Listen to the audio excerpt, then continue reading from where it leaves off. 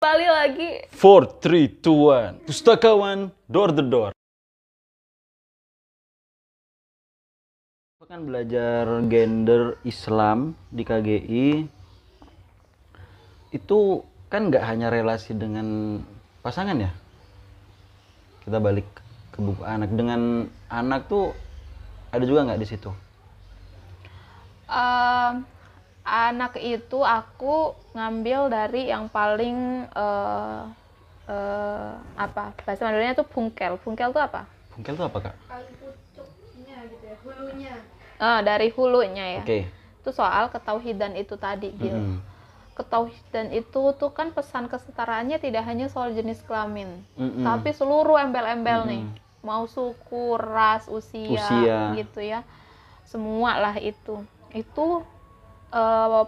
hulunya itu konsep tauhid itu gitu. Nah, jadi aku tuh juga merasa di anak itu ketika belajar KGI itu juga sambil mengingatkan bahwa kamu tuh juga punya relasi lain yang tidak berbasis kelamin gitu ya, yang itu bisa jadi relasi kuasanya itu juga perlu dicek ulang gitu loh, kayak orang tua dan anak. Ini kan relasi parentalnya juga Nah, tadi kan kompleks. sempat kita mention soal bagaimana menghargai pengalaman otentik anak. Bener. Itu gimana Mbak Iva Ini mengalaminya tuh? Wah, ini menurutku ya, di pengalamanku ini lebih apa ya? Lebih kompleks iya gitu. Dibanding dengan pasangan. Dengan pasangan lebih kompleks iya, lebih naik turun iya, lebih jungkir balik iya gitu. Dan lebih tersendat-sendat gitu belajarnya. Itu jauh lebih dibanding sama relasiku sama pasangan gitu. Aku merasa tuh relasi sama pasangan nih ini relatifly mudah karena ini hubungan antar dua orang dewasa gitu. Yang ketika berkomunikasinya betul, enak gitu ya. Aku ngomong A, bisa tuh aku bisa memastikan yang aku maksudkan A ini terpahami gitu oleh pasangan gitu. Tapi sama anak ini nggak bisa begitu. Dan rasa kepemilikan tuh ternyata secara natural tuh tumbuh gitu loh. Ini anakku, aku berhak untuk begini. Itu secara natural tuh ada, Gil, gitu. Dan aku tuh struggling banget dengan itu, untuk mengakui bahwa mereka ini, ya Allah, ini anak juga ciptaan Allah, dia punya tugas yang sama kayak aku gitu. Dan tugasku sekarang ini adalah menemani dia, mendampingi dia agar dia besok ketika dewasa itu bisa menjalankan tugas kekhalifahan dia dengan baik gitu. Jangan sampai tuh aku yang menghambat itu. Wih, tapi proses itu alhamdulillah banget ya Allah. Aku nanti bisa nangis ini kalau ditanya soal anak ya gitu. Ketidaksesuaian antara ini dan ini tuh gapnya gede gitu loh. Gede banget ya. Iya. Even sampai sekarang. Oh my god, kamu pasti melihat itu dong, ya nggak sih? Iya, bisa jadi. Nah, makanya itu aku sekarang lagi aktif belajar hal baru. Apa tuh? Tentang pengasuhan, Gil. Ke Najila Shihab. Oke. Yes. Jadi dia kan punya komunitas namanya Keluarga Kita. Sebenarnya aku udah beli buku-bukunya tuh udah cukup lama, tapi tidak dibaca karena aku pernah kan cerita, maksudnya aku sering kan bercerita betapa aku tuh sebenarnya untuk pengasuhan merasa buku-buku yang aku baca itu justru menghambat di prosesku ketika bersama anak-anak. Karena bukunya ngomong A, tapi praktiknya bentuknya B atau C atau D. Terus itu bikin aku jadi kagok, aku jadi nggak bisa menentukan sikap, takut menentukan sikap dan lain-lain. Akhirnya tuh aku break dari semua buku-buku pengasuhan gitu. Tapi aku juga merasa bahwa aku itu butuh banget belajar gitu. Pengasuhan tuh nggak tiba-tiba jadi gitu. Ya akhirnya tuh aku baru banget ini belajar ke komunitasnya Najila Shihab, keluarga kita itu, tentang pengasuhan, bagaimana mempraktikkan pengasuhan yang lebih baik, cintanya itu tidak berbahaya ke anak gitu, terus jadi lebih membahagiakan ke orang tua dan anak gitu. Ini baru banget belajar, jadi aku kayak belum bisa ngomong baiknya pengasuhan begini kayak gitu ya, karena masih proses ya. Iya, prosesnya masih awal banget juga, dan selama ini yang aku lalui, yang aku rasakan itu ya struggling itu tadi, Gil, sama anak gitu. Jadi di satu sisi ingin anak punya pengalamannya mandiri, tapi di sisi lain juga sekaligus apa ya khas orang tua lah. Iya. Kamu harus begini gitu. Yes, betul. Masih ada tuh ya. Oh, betul banget. Betul banget. Aku kadang kan ke anak tuh kayak gini. Mas Re, tolong mandi. Enggak, Re nggak mau mandi. Kenapa kamu nggak mau mandi? Kalau kamu nggak bisa ngasih alasan yang bisa ibu terima, dan kamu juga nggak punya tawaran yang lebih baik, tolong dengerin omongan ibu. Nah, aku tuh nggak tahu, Gil, apakah itu tepat atau tidak. Aku nggak tahu, aku nggak bisa menilai itu tepat atau tidak gitu. Tapi begitu aja terus. Dan kalau udah aku capek, emosi, akhirnya kan ya harus dengerin dong. Hilang tuh ya yang di sini ya. Iya, kudu dengerin, nggak boleh enggak. Jadinya tuh kayak gitu. Ya kalau lagi baik, emosi stabil, ya semua diomongin gitu. Tapi kalau enggak, emang susah ya. Dan aku tuh masih kan kayak secara emosi tuh mengelola emosi itu belum baik, belum pandai gitu. Yang itu ya PR banget. Itu juga menguatkan aku kenapa orang tua itu harus bersama. Gitu. Bersama tuh tinggal bersama? Iya, harus bareng gitu. Karena aku kan menjalani LDR nih selama 7 tahun ini. Itu berat gitu.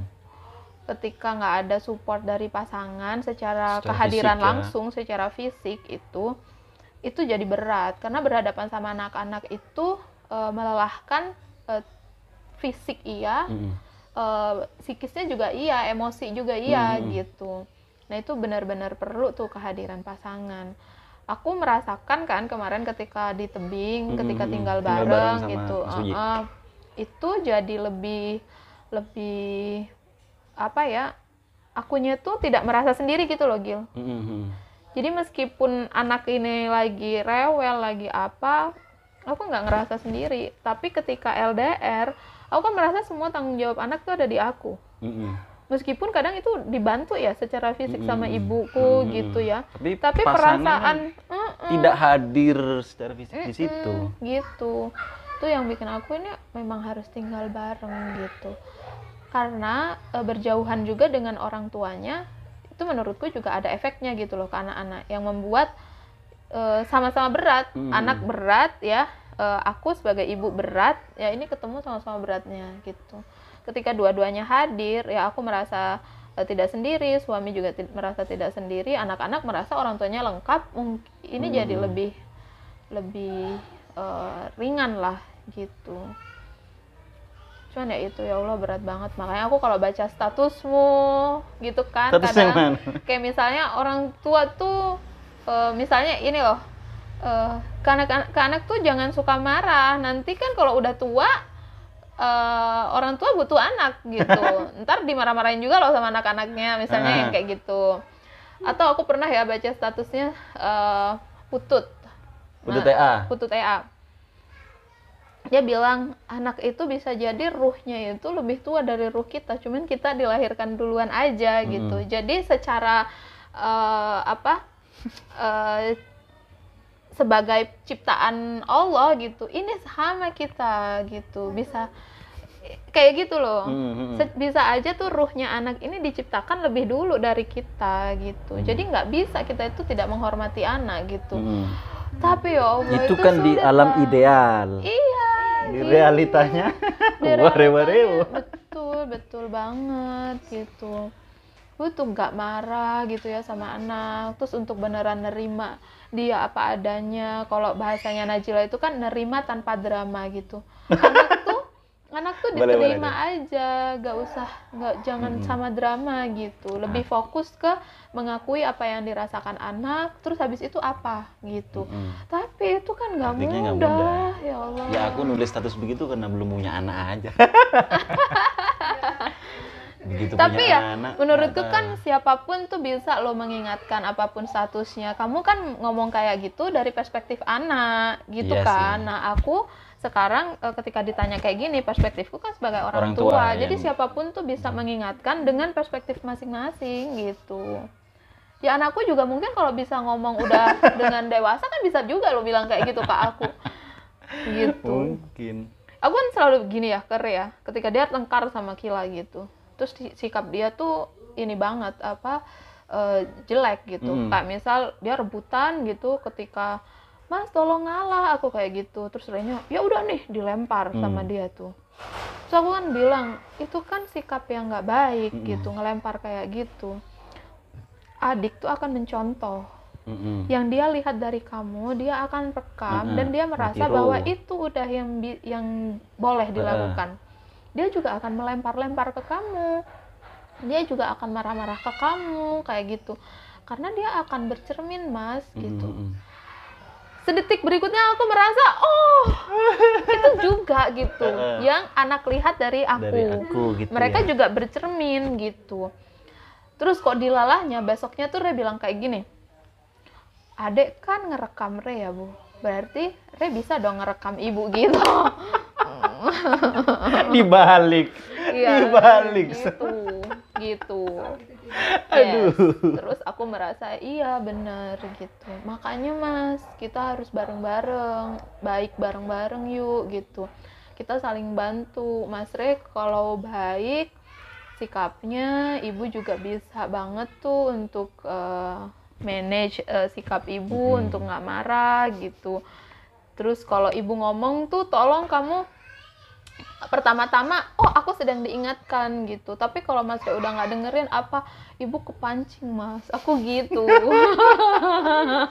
Tapi seenggaknya mengakui lah kalau itu ya emosi wajar ya. Iya kan? Iya, aku tuh ngerasanya gini loh, ada kan sebutan kayak gini, tahu kesalahan kamu itu adalah separuh dari menuju solusi, menuju jalan keluar. Tapi aku ngerasanya tuh aku stuck di mengakui kesalahan gitu loh. Baru separuh doang stucknya. Jadi di separuh itu aja tuh nggak maju gitu loh Gil.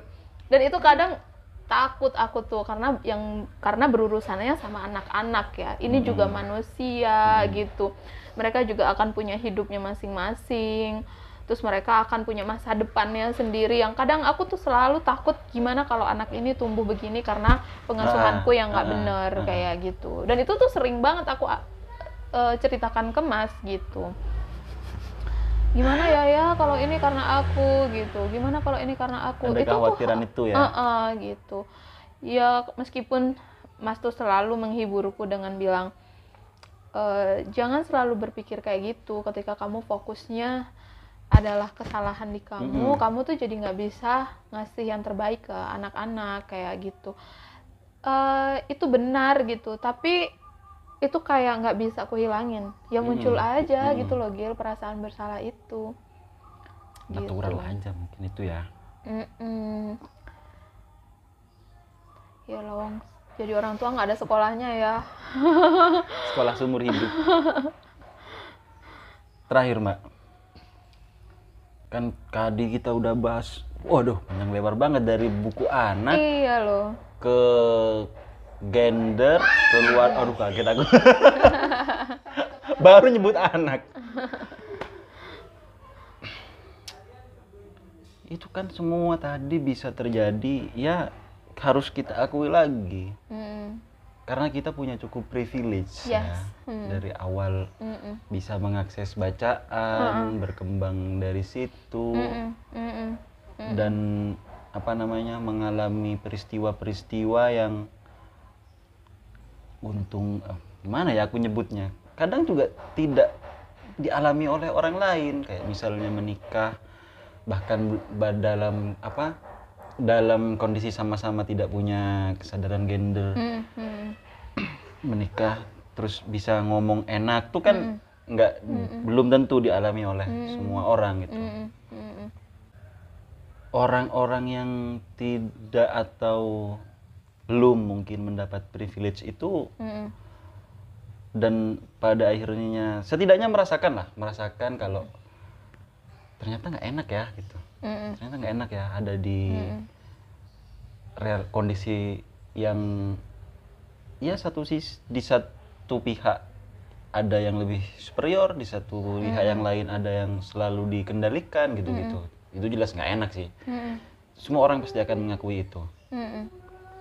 Tapi mereka bingung juga gimana menghadapi kondisi ini dalam keadaan ya mereka tidak punya cukup privilege. Menurut Mbak Iva gimana tuh? Apa Re? Kok bisa kamu nggak bilang ke ayah sih nah? Oh ya wes kalau udah bilang. Ya udah ditunggu ayahnya. Abo. Iya ditunggu nak.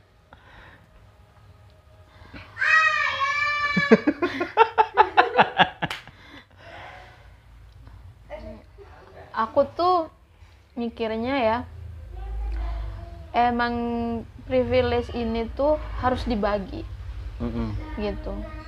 Ini tuh harus disampaikan ke sebanyak mungkin orang, agar yang merasakan tuh nggak hanya aku aja, gitu. Nah, itu yang jadi harapanku gitu loh, Gil. Gimana ya caranya agar privilege ini tuh bisa tersebarkan, gitu. Dan bisa jadi teman buat orang-orang yang sedang berproses itu gitu, kayak baru mendapat kesadaran baru dengan mempraktikannya itu kan tentu nggak mudah ya gitu, karena yang kita harapkan baik itu dari soal kesadaran gender atau kesadaran pengasuhan yang lebih sehat itu kan tidak hanya soal paham tapi bagaimana perilakunya tuh berubah gitu, dan itu kan proses panjang ya gitu. Aku tuh pengen menjadi teman buat siapapun yang sedang berproses ke situ.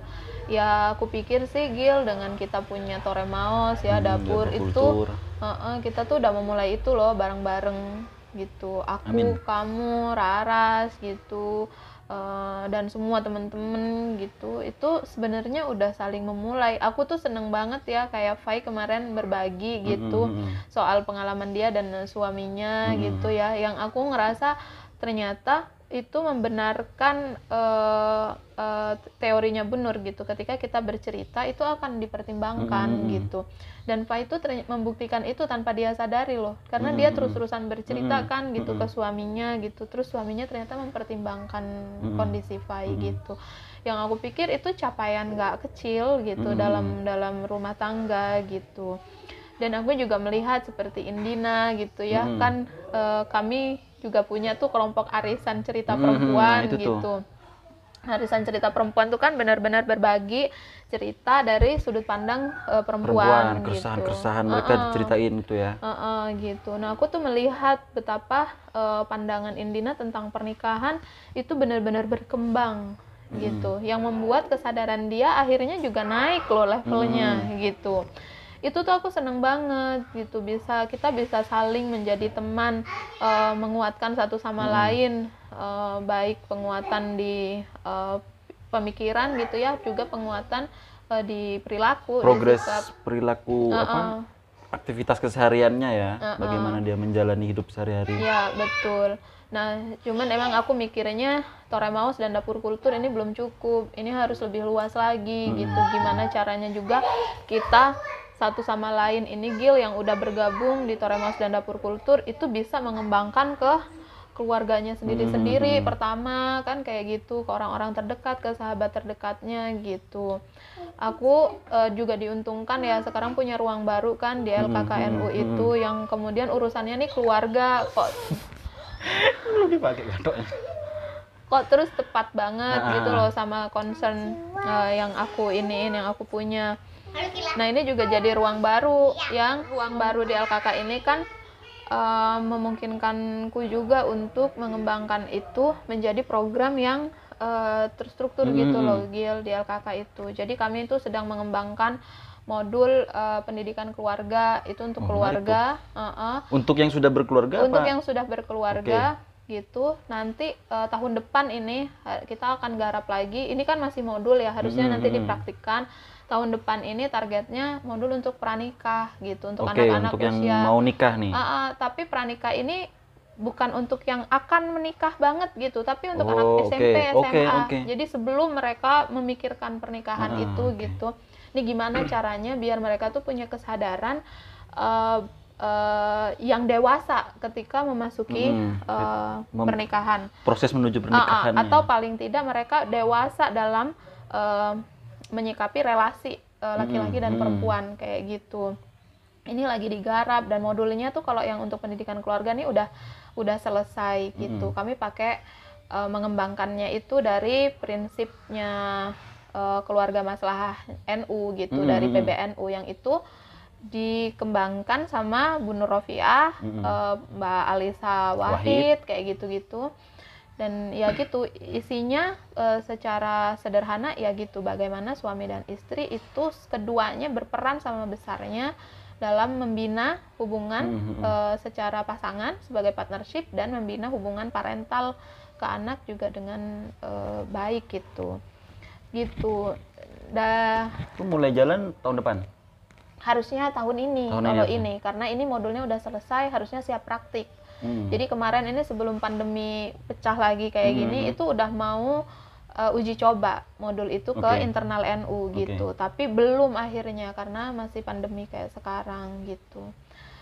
Dan aku juga, sebenarnya kalau rencana tuh banyak banget, Gil. Iya kan, rencana membagi privilege. Iya bener, ini harus dibagi banget sebanyak mungkin gitu.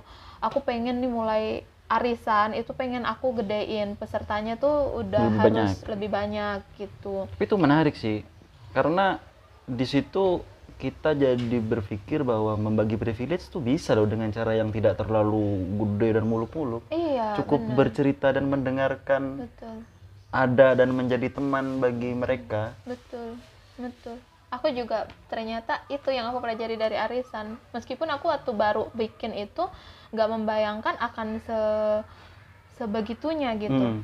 Kayak ternyata ini bisa jadi ruang yang benar-benar produktif, yang orang tuh beneran terlihat perkembangannya kayak gitu.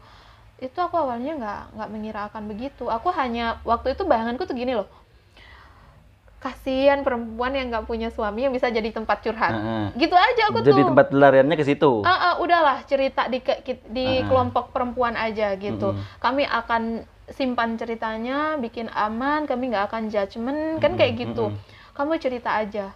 Yang di bayanganku tuh kayak gitu. Ini kasihan banget perempuan kalau suaminya itu nggak bisa jadi teman cerita. Di mereka padahal butuh banget tempat cerita. Ya udah itu aja pikiranku. Tapi bahwa ternyata iya itu sarana berbagi privilege itu tadi gitu. Terus bertumbuh berkembang bareng-bareng. Dan yang paling mudah dilakukan kan itu. Itu luar biasa sih ngerasanya. Ini ternyata berlipat dari yang dipikirkan di awal gitu. Dan itu sebenarnya, Gil, bisa dilakukan sama semua orang. Jadi aku tuh nggak pengen kelompok arisan cerita ini secara konsep tuh menjadi eksklusif. Itu harus inklusif. Kayak Raras mau bikin di Manding dengan konsep yang sama, sok atuh gitu. Iya, sama tetangga-tetangga. Jadi terus kayak Indina mau buka di Lenteng, boleh gitu. Jadi itu kalau kita udah uji coba, ini kan uji coba juga kan aku itu, makanya hanya teman-teman yang diajak gitu. Ini ternyata uji cobanya baik, ya udah kita pakai aja ini konsep untuk ke orang-orang terdekat kita. Kali Raras bikin kelompok itu di kantor ya kan? Isinya bapak-bapak tapi di situ. Iya kan nggak apa-apa, namanya nggak usah kelompok perempuan, nggak usah arisan cerita perempuan, jadi arisan cerita bapak-bapak. Ya Allah. Enggak, tapi istri-istrinya ini kok pada solid juga di situ. Sering ngopi bareng gitu-gitu. Oh gitu. Ya. Iya, sering dapat cerita-cerita juga di situ. Iya kan, betul loh. Tidak layak tayang. Yang harus disensor ya. Iya, bener. Ya gitu deh, Gil. Pesan buat mereka-mereka yang terjebak di situasi yang tidak mengenakan itu dan tidak punya privilege, apa Mbak? Kemauan untuk ini sih, belajar tentu, terus sama kemauan untuk berubah gitu. Aku merasanya kadang gini ya, laki-laki dan perempuan, suami dan istri itu, Gil, dalam mempersepsi pengalaman pernikahan itu nggak sama, beda gitu. Yang aku rasakan dengan suamiku itu bisa jadi berbeda. Hanya komunikasi lah yang bisa menjembatani itu. Tapi ketika komunikasi itu nggak ada gitu ya, nggak terjalin, akhirnya kan ini berjalani pernikahan sendiri-sendiri dengan persepsi masing-masing gitu, sendiri-sendiri. Nah ketika kayak gitu tuh kan tentu ganjalannya nih banyak, dan bisa aja salah satu pihak yang terus-terusan bilang ini kita punya problem, sementara pihak lain nggak merasa kayak gitu. Nah itu kan bahaya gitu. Yang menurutku keduanya tuh perlu duduk bersama untuk saling menyadari ini kita punya problem gitu, sama-sama berpikir sama dulu. Ternyata rumah tangga kita itu nggak baik-baik gitu kan. Nah itu dibutuhkan apa namanya ya, dibutuhkan kemauan untuk lebih baik kah atau apa, itu aku nggak bisa membahasakan itu. Tapi yang aku bayangkan ya dua-duanya itu harus sama-sama mengakui ini sedang ada problem, dua-duanya sama mau untuk memperbaiki gitu dan menyelesaikan. Bener gitu ya, itu ke aku soal belajar dan mau memperbaiki, mau menjadi lebih baik gitu. Tapi itu kan proses nggak mudah ya gitu. Jadi harus bersemangat terus. Aku pernah ya nemuin orang yang sering berpikirnya kayak gini, bercerita soal keluarganya, terus endingnya itu selalu mungkin ini sudah takdirku, mungkin ini sudah nasibku, ini udah bagianku, kayak gitu. Yang sabar aja, udah begitu. Nah itu tuh Gil ibaratnya banyak tuh tawakalnya duluan sebelum ada usaha gitu loh. Kan harusnya usaha dulu baru tawakal. Nah ini udah nyampe di tahap tawakal dulu, usahanya belum gitu. Jadi bersemangat dulu di bagian usahanya ini gitu. Jangan menyerah. Iya, jangan menyerah. Iya loh. Kalau misalnya ya kayak pernikahan mau diperjuangkan, kalau tidak diperjuangkan, ini loh barang seumur hidup. Gitu. Jadi harus diperjuangkan. Emang sulit tapi yakinlah itu bisa gitu. Kalau butuh teman, nah itu harusnya aku bisa menyediakan itu ya gitu. Kayak kalau butuh teman bisa datang ke sini, bisa misalnya kayak gitu ya. Buat orang-orang terdekatku yang kenal sama aku mau ke sini bercerita boleh. Yang teman dekatnya Ragil, cerita ke Ragil boleh. Atau siapapun lah yang dianggap bisa menampung cerita dengan aman gitu. Kalau capek bisa cerita dan ya tetap melanjutkan ikhtiar. Betul. Iya, ikhtiarnya harus kenceng baru tawakal, guys. Begitulah. Begitu.